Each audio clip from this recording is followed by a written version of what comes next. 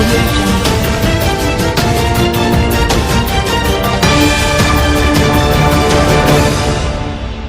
नजर TV news हाजिर है सच्ची खबरें लेकर। आप देख रहे हैं सफाई कर्मी बिना किसी सेफ्टी उपकरणों के नालों में उतरे हुए हैं। इनसे इनकी रोजाना मौत होती है। विशेषकर गौरव बंसल द्वारा जो कार्य कराए जाते हैं उसमें सेफ्टी उपकरणों का बिल्कुल भी उपयोग नहीं किया जाता है, क्योंकि यहाँ एक सुपर सेकर मशीन आती है। उसका पैसा बचाने के लिए ठेकेदार गौरव बंसल के साथ मिलकर ऐसे धंधे कर रहे हैं। यदि यहाँ नोएडा अथॉरिटी के अधिकारी ध्यान दें तो बहुत सारे सफाई कर्मियों की जान बच सकती है। इस भ्रष्टाचार को रोकने के लिए लोकेश एम को उसी तरह से एक्शन लेना होगा जैसे हाल ही में उन्होंने कुछ अधिकारियों के खिलाफ एक्शन लिया है। उम्मीद करते हैं कि Lokesh M CEO Noida authority जल्द से जल्द गौरव बंसल और उसके भ्रष्टाचार साथियों के खिलाफ एक्शन लेंगे, क्योंकि गौरव बंसल ने बहुत सारे गुंडे पाले हुए हैं। विशेषकर रवि बड़गुजर और रविंदर पारचा जैसे गुंडे उनके साथ रहते हैं, जो कर्मचारियों की आवाज़ को दबाने में लगे रहते हैं और धमकियां भी देते हैं। उनका भ्रष्टाचार का खुलासा हम कर चुके हैं, लेकिन अभी तक Lokesh M CEO Noida authority बिल्कुल भी एक्शन लेने में असमर्थ नजर आते हैं। उम्मीद करते हैं कि इस न्यूज़ के बाद जागेंगे।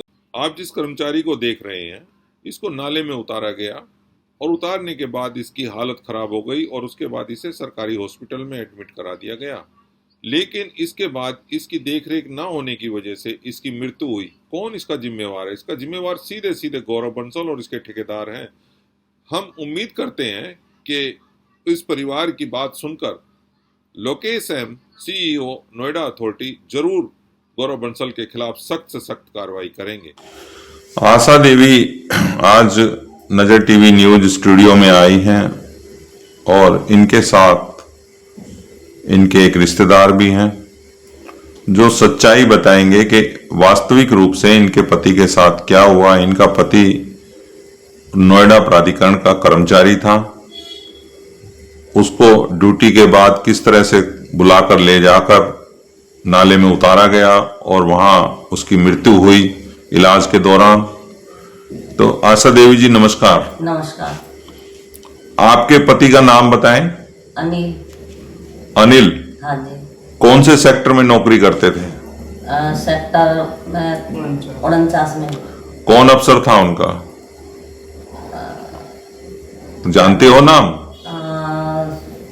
ठेकेदार का तो नाम है, क्या नाम उसका, वैसे सोनू है फील्ड उनका। अच्छा, कोई बात नहीं। तो आपके पति जो अनिल हैं उनकी नौकरी का टाइम कितने बजे तक होता था?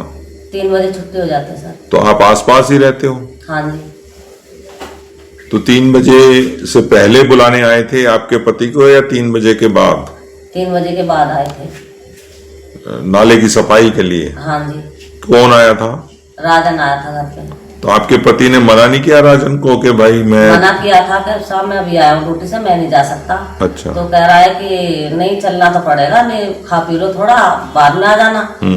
और क्या नाम, गौरव बंसल जी फिर हाजिरी वाजिरी नहीं देंगे ना, ड्यूटी से निकाल दे तो फायदा क्या है, उनका हुक्म है कि आप चले। तो इस वजह से अनिल जो है उनके साथ चला गया। हाँ जी। फिर क्या हुआ? वो सफाई करा रहे थे तो वहाँ पे सेफ्टी कुछ थी नहीं, उन्हें नाले में उतार दिया गया कि पन्नी निकालो। नाला तो खुला होता है ना? नहीं, खुला नहीं था नाला, और ओपन था। बंद था एकदम, थोड़ा सा ओपन था। तो गहरा नाला है? हाँ, बहुत गहरा नाला है। ये किस सेक्टर में पड़ता है? सेक्टर 37। सेक्टर 37 में पड़ता है। हाँ जी। तो इनके साथ और कौन कौन आदमी थे? इनके साथ एक हमारे यहीं के पड़ोसी है जिनका नाम प्रेमपाल है, और सोनू है और राकेश है। अच्छा। हाँ जी, ये भी गए थे। तो इनमें और कौन कर्मचारी था? एक तो आपके हस्बैंड हो गए अनिल। हाँ जी। और दूसरा? राकेश।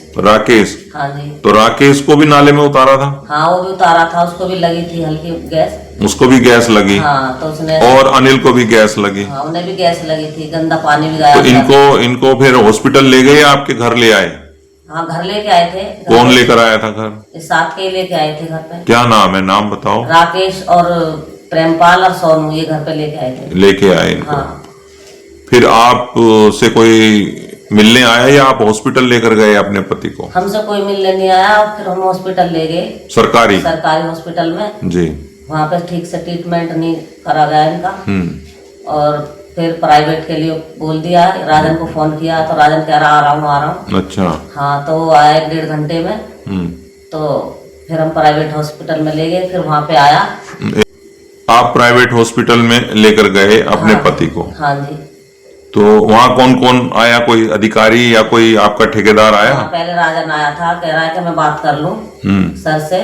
तो आशीष से बात करी तो आशीष कहने लगा नो कोई नहीं, ट्रीटमेंट करने दो और देखते हैं। आशीष का पूरा नाम क्या है पता है आपको? आशीष का नाम, पूरा नाम तो मैं तो आशीष ही जानती हूँ, उसका नाम पहचान लोगे? हाँ जी। जब वो हॉस्पिटल में आया था उस वक्त? नहीं, मैंने नहीं देखा था हॉस्पिटल में। अच्छा। क्योंकि मैं तो अपना बच्चों को तो अनिल ने बताया आपको? हाँ, उन्होंने बताया था जब तो अपने थोड़ी हालत में ठीक थे, डॉक्टर दवाई ट्रीटमेंट चल रहा था। तो क्या बोले? उन्होंने बताया कि आशीष आया था मेरे पास और बातचीत करी उन्होंने।